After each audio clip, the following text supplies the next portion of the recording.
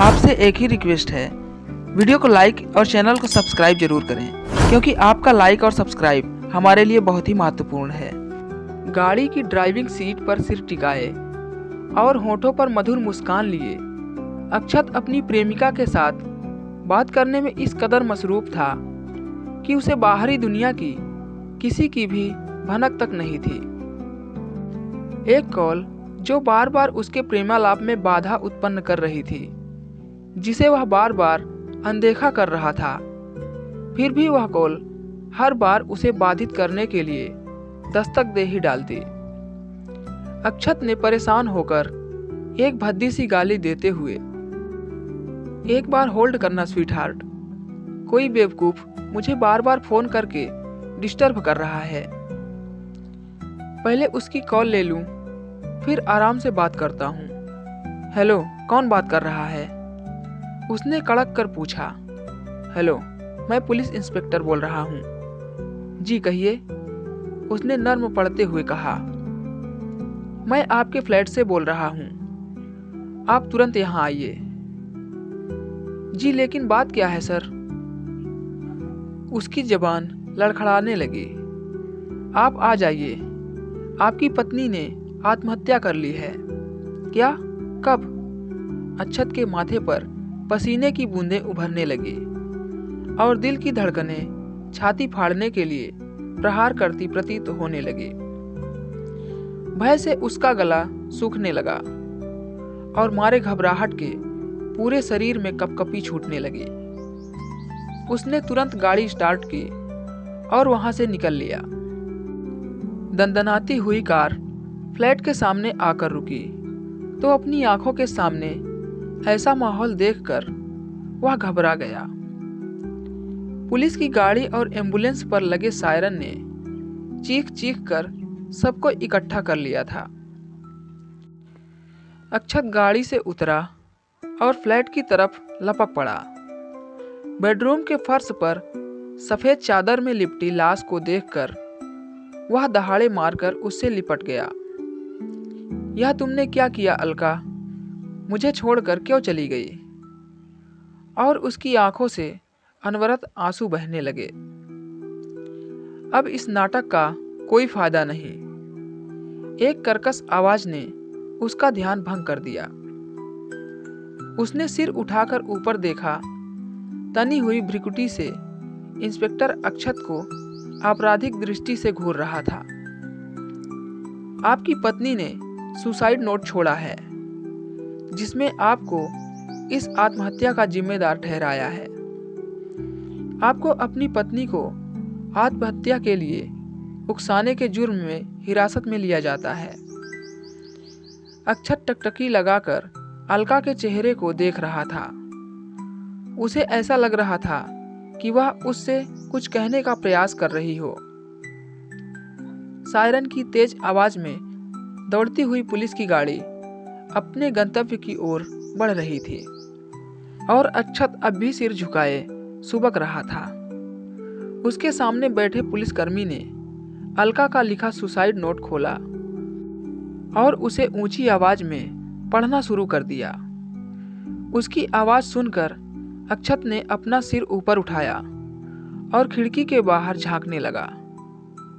ज्यों-ज्यों गाड़ी तीव्र गति से आगे बढ़ रही थी, त्यों-त्यों हर चीज पीछे छूटती जा रही थी और वह आगे बढ़ता ही जा रहा था। लेकिन केवल अतीत के पन्नों में ऐसा लग रहा था जैसे उसके अतीत के चलचित्र उसकी आंखों के सामने चल रहे हैं और वह समय के बीते हुए लम्हों में गोते खाता चला जा रहा है। वह जा रहा था वहां जहां से किया था शुरू उसने सफर अपनी जिंदगी का। स्नातकोत्तर की पढ़ाई के दौरान अलका की मुलाकात अक्षत से हुई और जल्द ही दोनों की दोस्ती ने प्रेम का रूप ले लिया। अंतरजातीय विवाह होने के कारण अलका और अक्षत को घर छोड़ना पड़ा और दूर शहर में अपना आशियाना बना लिया। कुछ ही समय के संघर्ष के बाद कॉलेज में अक्षत की सहायक प्रोफेसर के रूप में नौकरी लग गई। अलका ने घर गृहस्थी संभालने का फैसला किया और दोनों खुशहाल जीवन बिताने लगे। कॉलेज के दिनों में जब अलका को पहुंचने में देर हो जाती थी तो वह पल पल फोन करके पूछता और उसकी छोटी छोटी बातों को लेकर विचलित हो जाता था। उसकी चंचल आंखें कॉलेज गेट पर आने वाली हर बस पर टिकी होती थी। वह हर क्षण अलका का बेसब्री से इंतजार करता था। वह जैसे ही उसके सामने आती वह लपक कर उसका हाथ थाम लेता और क्लास तक का सफर तय करता। दोनों अक्सर घंटों पेड़ के नीचे बैठते और अपनी आने वाली जिंदगी की ढेर सारी प्लानिंग करते रहते। अक्षत अलका की गोद में सिर रख लेता।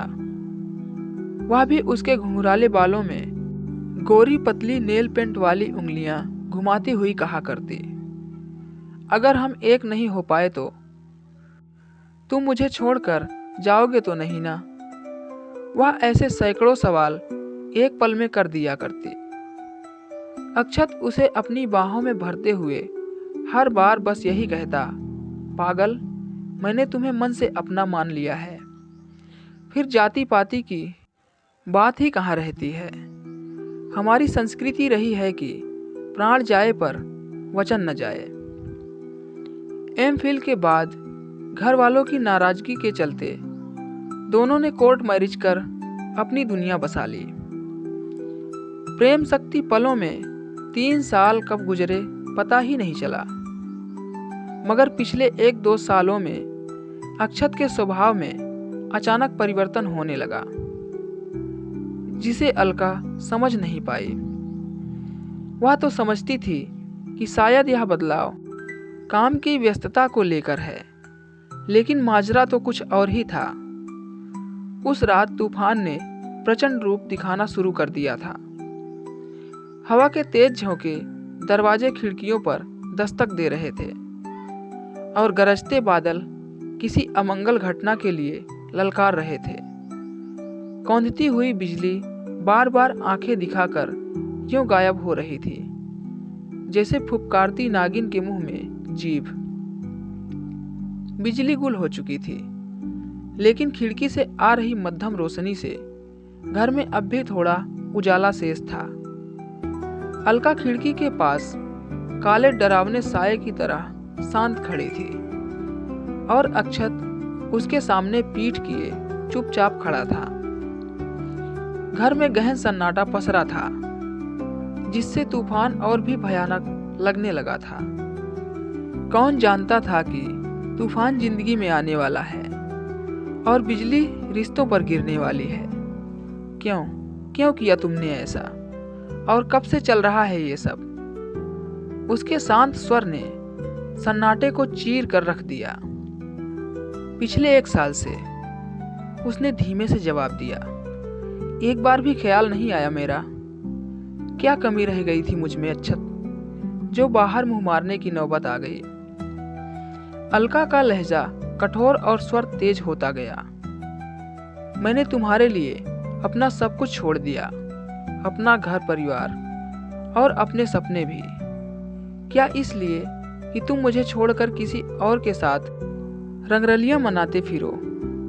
वह चीखती हुई आगे बढ़ी और अक्षत को कंधे से पकड़कर अपनी ओर पलट लिया। वह उससे नजरें नहीं मिला पा रहा था, पर उसके चेहरे पर पश्चाताप का नहीं बल्कि गुस्से का भाव था। अक्षत ने अलका के सामने यह साबित कर दिया था कि उसकी जिंदगी में कोई और है, जिसके बिना वह नहीं रह सकता। उस रात दोनों के बीच झगड़ा बढ़ता गया और इतना कि अक्षत ने अलका पर हाथ तक छोड़ दिया। उसी दिन इस खुशहाल घर में एक दरार पनपती गई और दूरियों की खाई बढ़ती गई। अलका की भले उससे बोलचाल बंद थी, परंतु उसे उसकी फिक्र आज भी उतनी ही थी जितनी पहले। वह था कि उसे इग्नोर ही करता रहा। एक घर, एक कमरे में, एक बिस्तर, एक कंबल में होने के बावजूद उनमें दूरियों की खाई बढ़ती गई, जिसे पाटना शायद अब मुमकिन न था। आज की सुबह अलका के लिए निहायत बोझिल और उदासी भरी थी। वह जब बिस्तर से उठी तो देखा कि अक्षत अपने बिस्तर पर नहीं है। उसने खिड़की का पर्दा हटाया तो हल्की धूप ने भीतर प्रवेश किया और पूरे कमरे में बिखर गई। अक्षत बालकनी में खड़ा फोन पर बात कर रहा था। आज उसके होठों पर मुस्कान नहीं थी और वह बहुत गंभीर नजर आ रहा था। अलका प्रतिदिन की भांति किचन में चली गई और कुछ देर बाद जब वह चाय लेकर लौटी तो अक्षत बिल्कुल शांत भाव से बेडरूम में पलंग पर बैठा कुछ सोच रहा था। क्या हुआ? इतना परेशान क्यों हो? सब ठीक है ना? अलका ने चाय का कप अक्षत की तरफ बढ़ाते हुए एक साथ कई सवाल कर डाले। अक्षत कुछ नहीं बोला और उसने कप को थाम लिया। अलका भी उसके सामने बैठ गई और उसकी ओर देखने लगी। उसे फिक्र हो रही थी कि कुछ तो हुआ है, जिसकी वजह से वह इतना परेशान और गंभीर है। अक्षत की चुप्पी अलका को परेशान कर रही थी। उसके मन को आज किसी अनहोनी होने की भनक लग गई थी। शायद मैं तुमसे अलग होना चाहता हूँ अलका। अचानक उसके मुंह से निकले इन शब्दों ने जैसे उसे हजारों टन मलबे के नीचे दबा दिया हो। उसकी आंखें विस्मय से फट गई और कलेजा छाती फाड़कर बाहर निकलने को प्रहार करने लगा। क्या तुम होश में तो हो अक्षत? अक्षत कुछ नहीं बोला, बस खिड़की से बाहर नजरें गड़ाए सिर्फ शांत भाव से बैठा रहा। मैं तुम्हारे साथ नहीं रह सकता अलका। अगर तुम मेरे साथ रहना चाहती हो तो तुम्हें दिव्यांशी के साथ रहना होगा इसी घर में। उसने अलका के सामने एक विकल्प पेश किया। पागल हो गए हो तुम? मेरे ही घर में मेरे जीते जी किसी और औरत के साथ रहना होगा मुझे? मैं पत्नी हूं तुम्हारी। वह क्रोध से कांप रही थी। जीते जी या मरने के बाद कैसे भी हो, दिव्यांशी इस घर में रहेगी मेरे साथ। यह मैं तुम्हें बता रहा हूँ, तुम्हारी परमिशन नहीं ले रहा हूँ। अगर तुम मेरे साथ रहना चाहती हो तो। उसने अपनी बात बहुत कठोरता से पूरी की। अलका भी हार मानने वाली नहीं थी। उसने अपना विरोध जारी रखा। मेरी मोहब्बत वैकल्पिक नहीं है, समझे तुम? और ना ही मैंने तुमसे प्यार करते समय कोई शर्त तय की थी। मैं तुम्हारी तरह स्वार्थी और बेशर्म नहीं, जो मन भर जाने के बाद दूसरी जगह मुंह मारना शुरू कर दूं। अलका ने अक्षत को गले से पकड़ते हुए क्रोधित स्वर में कहा। अक्षत गुस्से से तमतमा उठा और फिर उसे पलंग पर ढकेलते हुए बाहर निकल गया। वह निढाल सी बिस्तर पर औंधी सुबकती रही। अक्षत ने गाड़ी स्टार्ट की और घर से निकल गया। अलका की सिसकियां अब मंद पड़ चुकी थी। घंटों तक आंसुओं की धारा बहती रही थी। उसकी सुबकियां थमने का नाम नहीं ले रही थी। आज उसे बीता हुआ हर वह पल याद आ रहा था जब उसने निडर होकर समाज और परिवार का सामना किया था, सिर्फ अक्षत को पाने के लिए। और आज एक वक्त है कि वही अक्षत किसी और को पाना चाहता है। ज्यों-ज्यों एक के बाद एक दृश्य उसकी आंखों के सामने आ रहे थे, त्यों-त्यों उसके चेहरे के भाव भी कठोर होते जा रहे थे। उसने अपने चेहरे पर बिखरे आंसुओं को अपनी उंगलियों से समेटा और चेहरे पर कठोर भाव लिए बिस्तर से उठी और डेस्क पर जा बैठी। उसने कागज कलम उठाई और कुछ लिखने लगी। उसका चेहरा गुस्से से कठोर जरूर था, पर उसकी आंखों से अभी अनवरत आंसुओं का बहना जारी था। उसने कागज पर लिखे अपने अल्फाजों को मन ही मन पढ़ा और फिर उठकर अलमारी की तरफ बढ़ गई। उसने अलमारी को खोला और उसमें कुछ टटोलने लगी। ऐसा लग रहा था जैसे वह किसी अति महत्वपूर्ण चीज की तलाश में जुट गई हो। अचानक उसकी वह तलाश पूरी हो गई और वह जहर की एक छोटी सी शीशी को निहारती हुई मुस्कुराई। अलका के होठों पर एक हल्की सी मुस्कान थी। मैंने तुम्हारे बिना एक पल भी रहने की कभी कल्पना तक नहीं की अक्षत। तुम मुझे छोड़ सकते हो पर मैं नहीं। मैं तुम्हें किसी और के साथ कभी नहीं देख सकती, ना जीते जी और ना मरने के बाद। अलका अपना सब कुछ खो सकती है और उसने खोया भी है केवल तुम्हारे लिए। तुम्हें पाने के लिए सब कुछ करेगी, सब कुछ बशर्ते कि मोहब्बत हो तुमसे। अब तुम दिव्यांशी के साथ रहोगे तो जरूर, लेकिन जेल में। अपना ख्याल रखना अक्षत।